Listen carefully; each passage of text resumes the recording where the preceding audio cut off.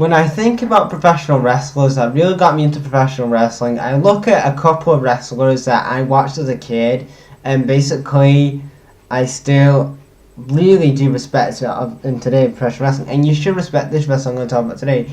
Remembering Eddie Guerrero, 13th of November 2005 was a sad day for me, a sad day for every professional wrestling fan.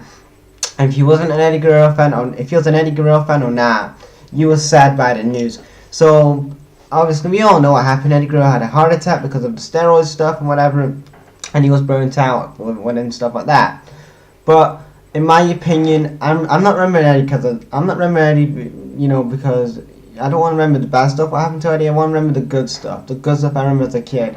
The time when he won the WWE title at WrestleMania 20, and who did he face? Was it Brock Lesnar? No, I can't remember. Kurt Angle. So Kurt Angle at WrestleMania 20, and he won the WWE title. And I can remember that night when I was a kid watching one of my favorite wrestlers of all time capturing finally the WWE League Championship, and he was there with one of his best friends, the one person who shouldn't be named. We all know who we're talking about. And he finally got his triumph, and then 2 years later, not 2 years later, he died or something. He died of a heart attack, so yeah, that was a sad thing. But I look at the good stuff he did. He had great feuds with Rey Mysterio, great matches with guys like Dean Malenko. He would have a great feud with Dean Malenko and Chris Jericho in WCW. He would have a great feud with,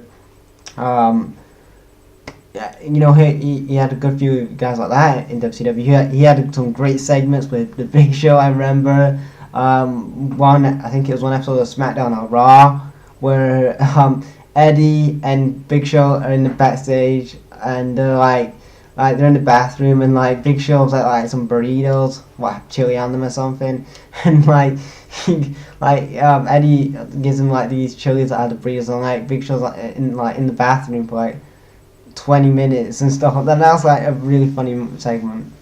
I did like the stuff where Eddie hides Ric Flair's Hall of Fame, where Eddie hides Ric Flair's Royal Rumble ticket. Remember those Royal Rumble tickets you used to get when he used to run around the wheel backstage, and Eddie hid that behind his back. It's I don't have your ticket, amigo. And then stuff like that. And he had an impact on so many people in the business. I mean, if you talk to so many people, guys, women like Sasha Banks, she said on a lot of interviews her favorite wrestler growing up was Eddie Guerrero. That's the one person who got her into the wrestling business.